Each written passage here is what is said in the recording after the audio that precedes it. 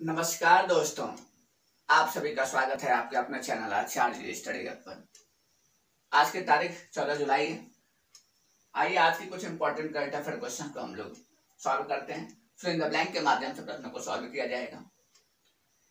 इन प्रश्नों को सॉल्व करने के बाद अगर इससे रिलेटेड किसी ऑब्जेक्टिव प्रश्नों को अगर आप सॉल्व कर लेते हैं तो प्रश्न आपको अच्छी तरीके से तैयार हो जाएंगे। तो अगर इससे रिलेटेड ऑब्जेक्टिव क्वेश्चन को अगर आप सॉल्व करना चाहते हैं तो आप हमारा टेलीग्राम चैनल आचार्य स्टडी हब को भी ज्वाइन कर सकते हैं। और इसके साथ साथ टेस्ट अगर आपको देना है तो उसका लिंक जो डिस्क्रिप्शन बॉक्स में आपको दे दिया गया, वहां जाकर आप इस वीडियो को देखने के बाद टेस्ट भी आसानी से देकर सकते हैं। तो चलिए इन प्रश्नों को शुरू करते हैं। सबसे पहली बात तो यह है कि आज 14 जुलाई और आज के दिन जो है बास्टिल दिवस मनाया जाता है। और कहाँ पर मनाया जाता है? फ्रांस के अंदर। तो सबसे पहले थोड़ी सी बात मैं आपको बताता हूँ कि बास्टिल दिवस से रिलेटेड कहानी क्या थी फ्रांस के अंदर। और ये बात बता दूं कि जो बास्टिल दिवस है ये फ्रांस का जो है नेशनल डे है। फ्रांस भी पहले किसी देश का, फ्रांस जो है पहले किसी का उपनिवेश था। फ्रांस भी केवल इंडिया ही अंग्रेजों का गुलाम नहीं थी। फ्रांस भी जो है कुछ समय तक किसी का उपनिवेश था। फ्रांस 843 में आजाद होता है, लेकिन फ्रांस के अंदर जो गणतंत्र की स्थापना होती है, जो रिपब्लिक बनता है, वो फ्रांस 1792 को बनता है। तो 843 में फ्रांस आजाद हुआ और 1792 को फ्रांस रिपब्लिक हुआ। इस टाइम पीरियड में असली कहानी तब शुरू होती है 1789 को, 14 जुलाई 1789 को असली कहानी वहीं से शुरू होती है। होता क्या है कि इस टाइम पीरियड पर फ्रांस के अंदर लुइस 16 शासक था। और लुइस 16 जो पूरी तरीके से एक तौर से उस समय फ्रांस के अंदर मोनार्की सिस्टम चल रहा था, राजतंत्र का सिस्टम था, मतलब राजा का सिस्टम था। राजा जो चाहता था वही होता था। कहा जाता है कि उस समय फ्रांस की जो सामाजिक व्यवस्था थी वो 3 भागों में बटी हुई थी। उसके अंदर स्टेट 1, स्टेट 2 और स्टेट 3 था। स्टेट 1 के अंदर राजा और राज दरबार के लोग आया करते थे। स्टेट 2 के अंदर राजा की फैमिली आया करती थी। स्टेट 3 के अंदर गरीब वर्ग के लोग आया करते थे। अब स्टेट 1 और स्टेट 2 के लोगों को अपनी किसी भी आवश्यकताओं को पूरा करने के लिए उन्हें अधिक से अधिक पैसे की आवश्यकता पड़ती थी। अब उस पैसे की भरपाई जो है गरीब लोगों पर टैक्स लगा करके स्टेट 1 और स्टेट 2 के अमीर लोगों की आवश्यकताओं की भरपाई कर दी जाती थी। और इससे जनता जो भड़क उठी थी, वहां के गरीबों में राजा के प्रति जो है बहुत ही सम्मान की भावना समाप्त हो चुकी थी। अब वो धीरे धीरे ये सभी लोग मिल करके, अब ये जो भीड़ थी, जो गरीब लोगों की जो भीड़ थी, एक क्रांति के रूप में तब्दील होने वाली थी। और उस समय फ्रांस के अंदर एक बास्टिल नाम का फोर्ट था, शहर के बीच में था। तो उस बास्टिल नामक फोर्ट को ही मोनार्की सिस्टम का सिंबल माना जाता था। वहां पे भीड़ पहुंचती है, लगभग 7000 लोगों का समूह होता है और उस बास्टिल फोर्ट पे पहुंचता है। बास्टिल फोर्ट को पूरी तरीके से गिरा दिया जाता है, तोड़ दिया जाता है। आज भी आप जाएंगे तो फ्रांस में उसके अवशेष देखने को शायद आपको मिलेगा। तो उस दिन से ही रिपब्लिक की तरफ बढ़ने का एक क्रम शुरू हो गया, क्योंकि मोनार्की सिस्टम को अब गिराना था, लोगों ने सोच लिया था। और इसीलिए 14 जुलाई 1789 को फोर्ट गिरा दिया गया। और इसी के बदले में 14 जुलाई को हर साल फ्रांस के अंदर बास्टिल डे मनाया जाता है। तो ये तो बात हो गई बास्टिल दिवस की। चलिए अब हम आज के इंपॉर्टेंट प्रश्नों को देखते हैं। इस करंट अफेयर क्वेश्चन को जब आप पढ़ेंगे तो आपको भारत सरकार के द्वारा सौर ऊर्जा के क्षेत्र में जो कार्य किया जा रहा है उसके बारे में आपको पता चलेगा। इसके साथ साथ ओलंपिक में कौन सी घटनाएं चल रही हैं, ओलंपिक को लेकर भारत सरकार क्या कर रही है, इसके बारे में आपको पता चलेगा। इसके साथ साथ विश्व स्तर पर कौन सी घटनाएं हो रही हैं उसके बारे में आपको जानकारी मिलेगी। तो चलिए इन प्रश्नों को शुरू करते हैं। विद शॉर्ट ट्रिक आपको जो है यहाँ पर करंट अफेयर क्वेश्चन को सॉल्व कराया जाएगा और बेस्ट एक्सप्लेनेशन आपको सारी चीजें बताई जाएंगी। चलिए पहला प्रश्न है कि भारत के दीपक काबरा को ओलंपिक 2021 में कि पुरुषों के खेल का प्रथम भारतीय जज चुना गया। कहने का मतलब कि ओलंपिक 2021 शुरू होने वाला है, जापान में शुरू होगा, जुलाई के मंथ में 23 जुलाई को शुरू होगा, अगस्त तक चलेगा। तो इस ओलंपिक में क्या है कि जिम्नास्टिक एक खेल होता है। तो जिम्नास्टिक के अंदर भारत के दीपक काबरा को पहली बार भारतीय जज चुना गया है। मतलब वो जिम्नास्टिक खेल में जो पुरुषों का जिम्नास्टिक होगा, उस जिम्नास्टिक में वो जो है भारतीय जज चुने गए हैं ओलंपिक में। तो गेम कौन सा हुआ? जिम्नास्टिक। जिम्नास्टिक एग्जाम के पॉइंट ऑफ व्यू से इंपॉर्टेंट इसलिए हो जाता है क्योंकि क्या पूछा गया? प्रथम भारतीय जज जिम्नास्टिक। तो जहां पर प्रथम भारत के अंदर जो भी चीज प्रथम होती है या विश्व के अंदर जो चीज प्रथम होती है, एग्जाम के पॉइंट ऑफ व्यू से चीज इंपॉर्टेंट हो जाती है। तो याद रखिएगा जिम्नास्टिक को और दीपक काबरा को।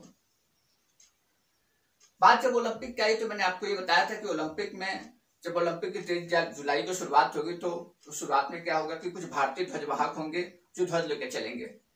तो दो लोगों का नाम आपको याद रखना है जो उद्घाटन में ध्वज को लेकर चलेंगे, फ्लैग को लेकर चलेंगे। एक का नाम है मनप्रीत सिंह और दूसरी है मैरी कॉम। और जिस दिन समापन होगा उस दिन समापन में जो ध्वज लेकर चलेगा उसका नाम क्या है? जब कमेंट बॉक्स में बताएंगे, क्योंकि मैंने इसका आंसर आपको दे दिया है।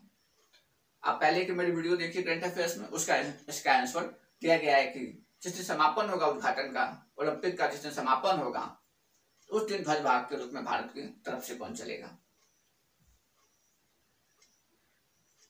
कल प्रधानमंत्री जी के द्वारा ओलंपिक जाने वाले जितने भी मेंबर्स थे उन मेंबर से बातचीत की गई, उनको बधाइयां दी गई ओलंपिक के लिए। तो लगभग जो है 228 मेंबर्स जा रहे हैं, इतने सदस्य जाएंगे। इसमें से 119 प्लेयर्स हैं, खिलाड़ी हैं।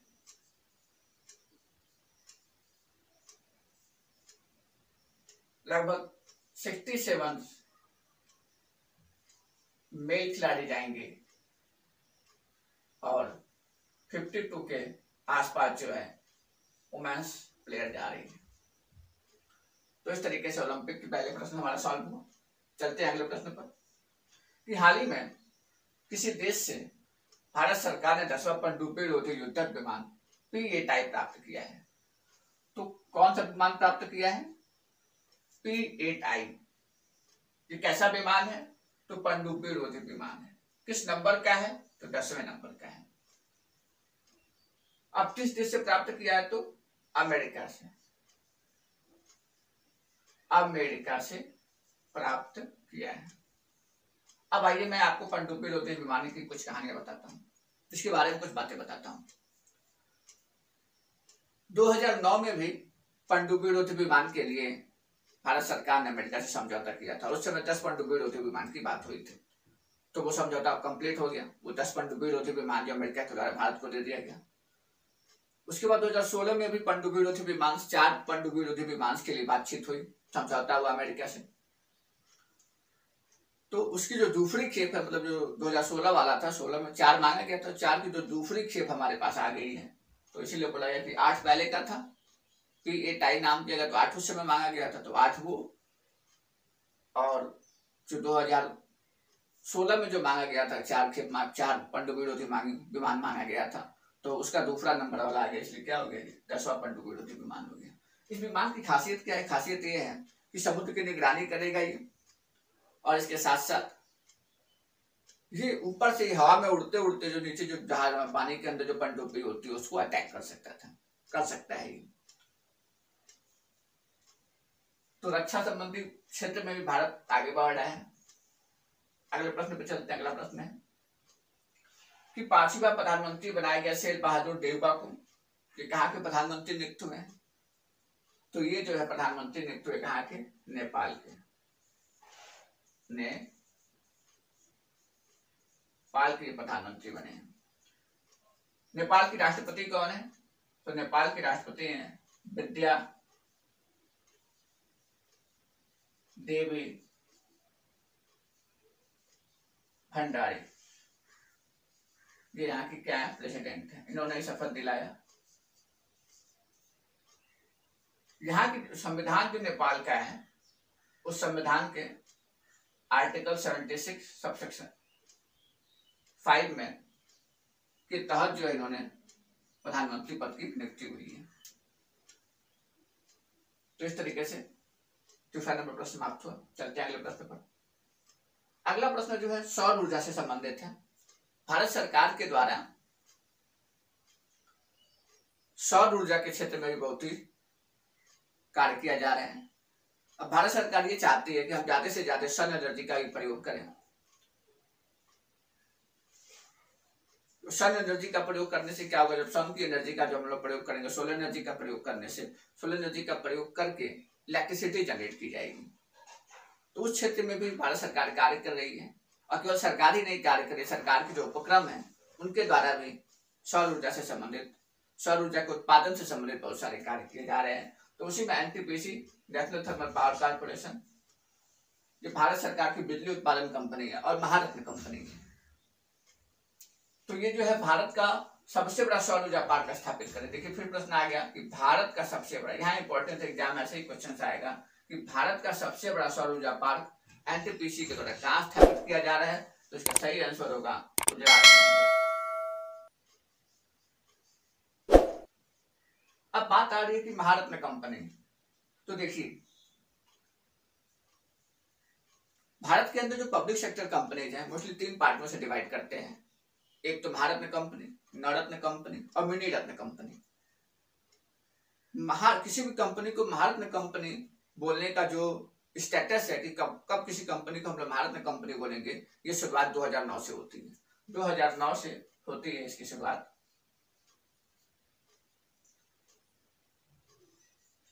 जब किसी भी कंपनी को महारत्न कंपनी अगर बोल दिया गया तो उसको कुछ पावर मिल जाता है, मतलब कुछ ऐसे अधिकार मिल जाते हैं जिसके लिए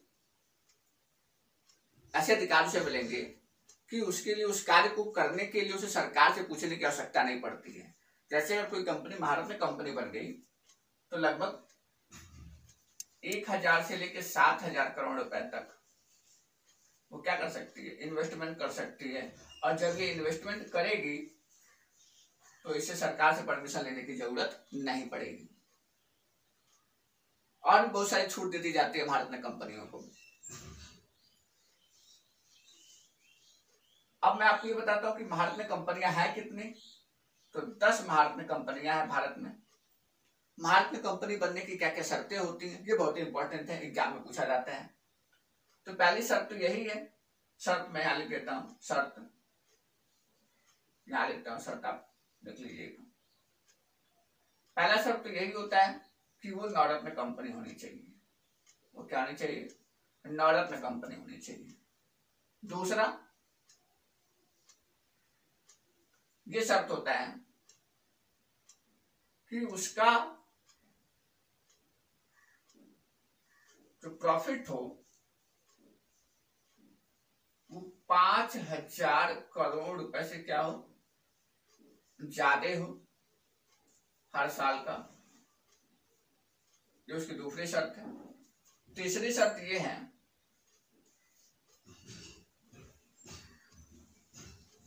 कि उसका टर्नओवर, जो महारत्न कंपनी है उसका 3 साल का टर्नओवर 25,000 करोड़ रुपए से ज्यादा हो। चौथी शर्त ये होती है कि जो महारत्न कंपनी बनना चाहेगी, जो कंपनी 15,000 करोड़ रुपए से नेटवर्थ जो है उसका 15,000 करोड़ रुपए से क्या होना चाहिए, ज्यादा होना चाहिए। पांचवी शर्त ये है कि वो एसबीआई वो जो है सेबी के अंदर रजिस्टर्ड होना चाहिए, मतलब security exchange board of India, मतलब उसके शेयर क्या होने चाहिए, लिस्टेड होने चाहिए। तो ये सारी शर्तें क्या महारत्न कंपनी बनने के लिए, पहला क्या कि नवरत्न होना चाहिए, दूसरा उसका प्रॉफिट 5,000 करोड़ रुपए से ज्यादा होना चाहिए प्रति वर्ष का, तीसरा उसका टर्नओवर जो है 3 साल का 25,000 करोड़ रुपए से ज्यादा होना चाहिए, चौथा नेटवर्थ जो है 15,000 करोड़ रुपए से ज्यादा होना चाहिए, और पांचवा सेबी के अंदर वो रजिस्टर्ड होना चाहिए। तब वो क्या बनेगी, महारत्न कंपनी बनेगी। ठीक है। इसके साथ साथ एनटीपीसी के द्वारा कुछ और भी कार्य किए जा रहे हैं। जैसे एनटीपीसी जो लद्दाख के अंदर जो है भारत का पहला ग्रीन हाइड्रोजन मोबिलिटी प्रोजेक्ट शुरू कर रही है। आप लिखते रहिएगा, क्या शुरू कर रही है? भारत का पहला ग्रीन हाइड्रोजन मोबिलिटी प्रोजेक्ट कौन शुरू कर रहा है? एनटीपीसी। कहां पर? लद्दाख में। ये क्या है? मतलब अब ये कोशिश की जा रही है कि हाइड्रोजन का उत्पादन किया जाए और हाइड्रोजन के उत्पादन से जो है वहां पर जो है बसें चलाई जाएंगी। हाइड्रोजन से बसें लगभग 5 बसों को चलाने का टारगेट रखा है इसने एनटीपीसी ने लद्दाख के अंदर। और इसीलिए जो है भाई हाइड्रोजन का उत्पादन करना पड़ेगा, तो इसलिए वहां पर ग्रीन हाइड्रोजन मोबिलिटी प्रोजेक्ट चालू किया गया है। ये भारत का पहला प्रोजेक्ट है, एनटीपीसी ने लद्दाख के अंदर चालू किया है।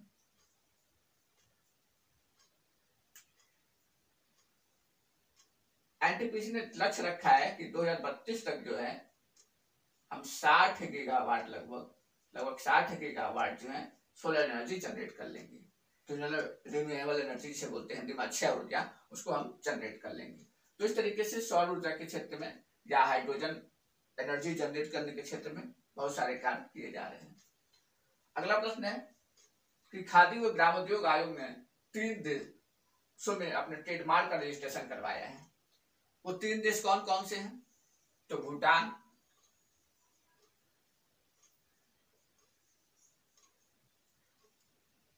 मैक्सिको,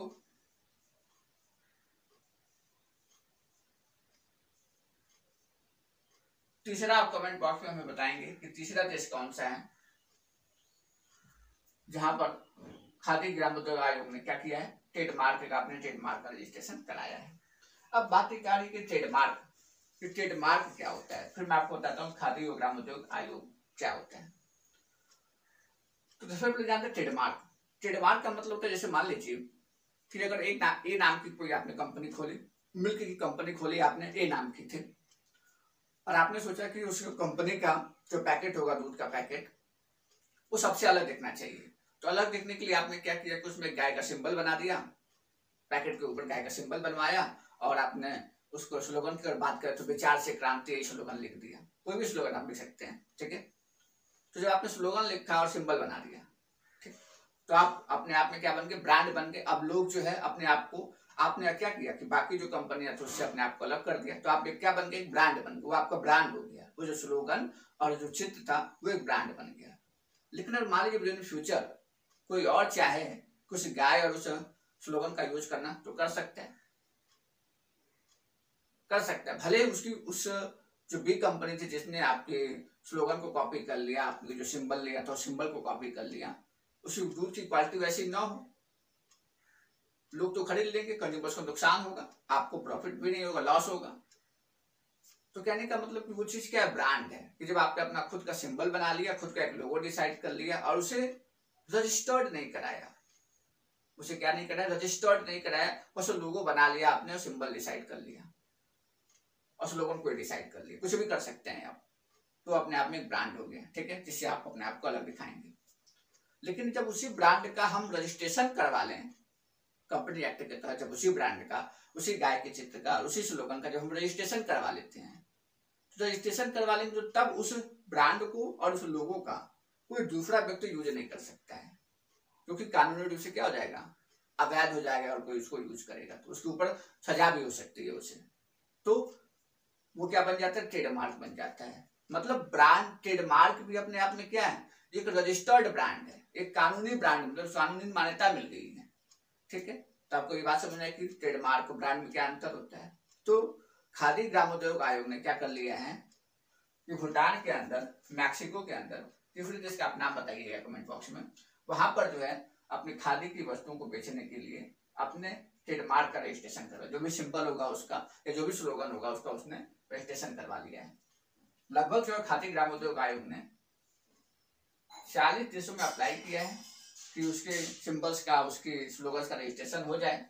9 देशों में चीज अप्रूव हो गई है, 9 कंट्रीज में ये खादी ग्रामोद्योग आयोग के ट्रेडमार्क का रजिस्ट्रेशन हो गया है। अब वहां पर वो वस्तुएं खादी ग्रामोद्योग आयोग को आसानी से मिलेंगी। उसके कपड़े आते हैं, बहुत अच्छे कपड़े होते हैं, ठीक है। चलिए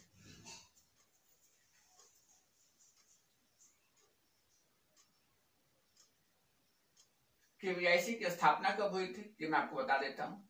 तो 1957 में इसकी स्थापना हुई थी, खादी और ग्रामोद्योग आयोग की। ठीक है, यहाँ एक बात छूट गई, एनटीपीसी की स्थापना कब हुई थी? तो एनटीपीसी स्टैब्लिश हुआ 1975 में, और इसके हेड हैं गुरुदीप सिंह। गुरुदीप सिंह इसके चेयरमैन और एमडी हैं। ठीक है, अगला प्रश्न देखते हैं, खादी और ग्रामोद्योग आयोग के कब स्टैब्लिश हुआ? 1957 में।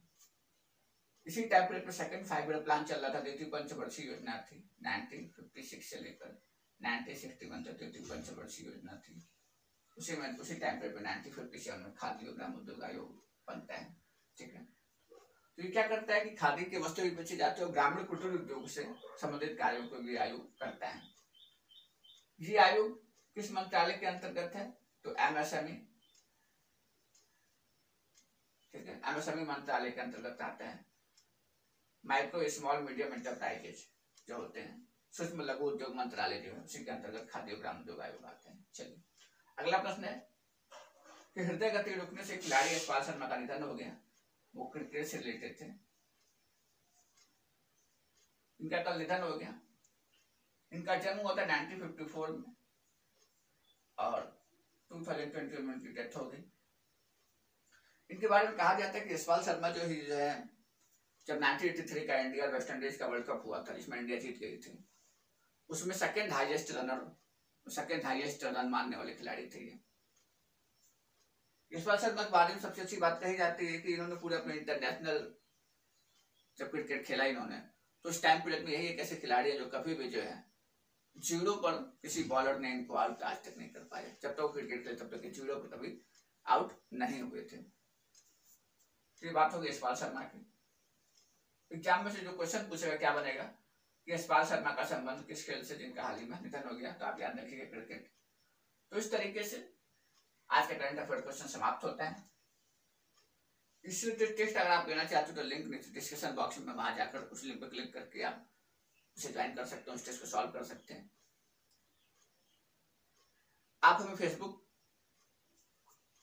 पेज आचार्य स्टडी हब पर भी ज्वाइन कर सकते हैं, इंस्टाग्राम पेज आचार्य स्टडी हब पर भी ज्वाइन कर सकते हैं। तो इस तरीके से आज का करंट अफेयर क्वेश्चन समाप्त हुआ। वीडियो कैसा लगा आप कमेंट बॉक्स में अवश्य बताइएगा। अपना ख्याल रखिए, अच्छे से पढ़ाई करते रहिए। धन्यवाद, नमस्कार।